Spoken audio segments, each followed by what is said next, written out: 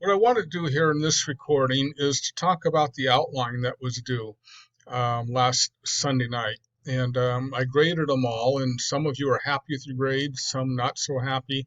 But I want to go over kind of how to do the outline on the video here and what I'm looking for and why this level of detail. So let's get started with talking about the outline. So what you do is when you get the outline, just or the template here, just highlight it and come all the way down here, um, all the way through, highlight everything, and then copy it into a document. Now, don't delete anything. So the word thesis with a colon, this is in bold and in italics. Now, my code this way, bold and italics is part of the outline, and you don't say it in your speech. All right. Then if you see bold not in italics, that is part of the speech. So you do say that in your speech. So for example, if you said your thesis, certain things would make me run through a burning building to save, three things are that important to me. First, my watch. Second, my box of cards. And third, my coin. All right, so whatever it is, I'll put those on there. I don't say the things here. I just identify what they are. So if they're in bold and italics, they're not part of the speech. So anyway, copy everything. Don't delete anything. Just leave it all like that. I'm trying to give you a structure and make it easy. I know many students, they're okay with that. They get the instructions and they just follow them. Others are thinking, well, he can't mean to leave that in. I'm not talking about it. And do I do a sentence there, or do I do a paragraph? And do I have to do a paragraph for each of these things, or just one of them, or whatever it is? Let me see if I can't clear it up for you. And this will be true of your other outlines. So what I want here, when I have this out here, so you leave everything in here. So when you put first, you put whatever your point is. The next ones, you're going to have sentences here.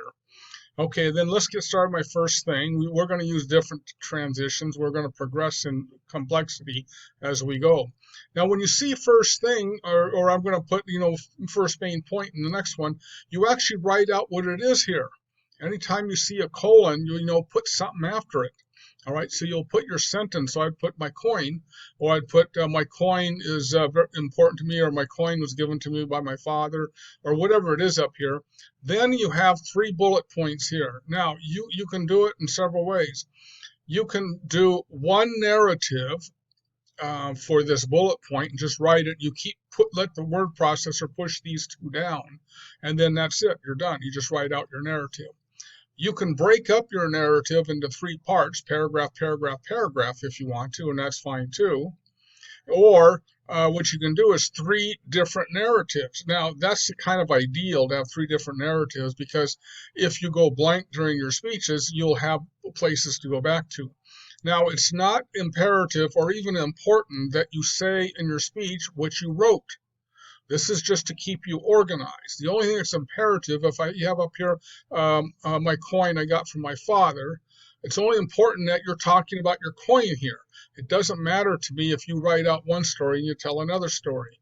But try to stay away from doing one sentence, one sentence, one sentence, because that's not giving you enough depth to actually give a speech. If you're going to do anything, do several paragraphs here for one narrative. And the best way to keep the audience interested is to do a narrative with details. And the details are good because it helps you remember it. But images stay in your mind better. So if you're talking about details, then you'll get through them.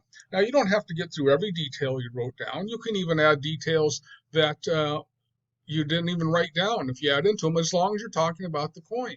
Okay, now for my second thing, now for my third thing, and we go on through here. Now, right here in the internal summary, that's what it is. It's an internal summary. We're recapping our first 2 points. So you would write here, I've talked about my coin and my box of cards. So you'd write in my coin and my box of cards. Now for my third and final thing. All right, and then you kind of you go down through here and do the same things. Now, the transitions in conclusion, that's it. Several of you wrote things after this. No, don't write anything. We don't want to confuse a transition with the content of our speech. The transition is simply to move from one idea to the other. So we just write in conclusion, period. Just drop it here. I got it in bold, so nothing goes after it. There's no colon. Then you restate thesis. So you go back up to the top here, copy and paste this thesis here. It must be the same, and then you paste it here. So it's word for word. Now, you don't have to say it word for word. Don't put that pressure on you, so you don't have to memorize it, but just come close. Come up with, make sure it's the same idea. Now, today I've talked about 3 things, and I really should have that in bold, but put it in anyway. And then put first my coin. For example, I got it from my father, okay? So put something in it, or he carried it through World War II. Okay, so you can give your example. So make sure your example is from something you talked about up here in the speech, and then it just ends there. It's an awkward ending, I know. So anyway, be sure copy and paste it. Don't make any changes. And so by the way, you would put first my coin. For example, that's what you say. I got it in bold, not italics, and I put this in bold in italics. You don't say this, and then you put right here, it went through World War II with him. Okay? I hope that clears things up for you. Now, I want to talk a little bit about, let me see if I can get this here right. There we go, we're back. All right, so I want to talk a little bit about the overall scoring and grades and that sort of thing. Now, on that outline, everybody got, or on an outline, I had the rubric up there. So look in the rubrics when you're trying to figure out what I'm looking for in grades. Now, about a third of the class, a little over a third of the class, probably 40% of the class, all did 30. You followed the instructions fine and you did well. So you probably don't even need this video unless it helps you with things coming up. And I would say about 20% of folks really struggled and had a hard time, and hopefully this will clear it up. And the ones in the middle grades, from the C's and the B's, basically you did well, you just didn't pay attention to detail. All right. Now, why am I paying attention to detail so much? I come from the philosophy that anything to do excellent or great, you have to excel at. And in order to excel, you have to prepare. Preparation is the biggest thing. So there's, what do they call it? There's separation and preparation. So as you move into the business world or the nonprofit world or the government world or the I'm missing one, education world. In order to rise to the ranks, if that's your goal. If it's not your goal, just go with B's and C's, that's fine. But if your goal is to be excellent, then this is a level of excellence, is paying attention to detail. All right? There's a separation and preparation, and preparation is all about detail. So I have it in there to kind of show you, or make it in my curriculum to kind of show you how to excel and be perfect. Now that doesn't mean you can't get a 4.0 in my classes without it. There's other, I kind of balance it out, but that's the best way. And it'll carry you a long way in life if you dot the I's, cross the T's, and make sure you use capital I instead of a small I when you mean I, me. Okay, so be careful with those things. And as I'm grading, it's a way to stay fair. I can hold everybody to the same standard for a 4.0 or an A, and I can hold or the same standard for a A minus, same standard for a B. So I can hold that consistently, and then you can get fair grades. So if you get an A, you can be sure that you earned the A.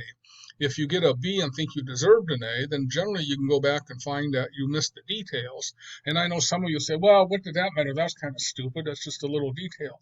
No, it's a big deal. If you're in a coding class and you make a mistake on any of your coding, one mistake and all of a sudden your program doesn't run or your app won't run. So you have to watch those little things. And I can go on with a lot of examples in the world where tragedies have happened over a small mistake in detail.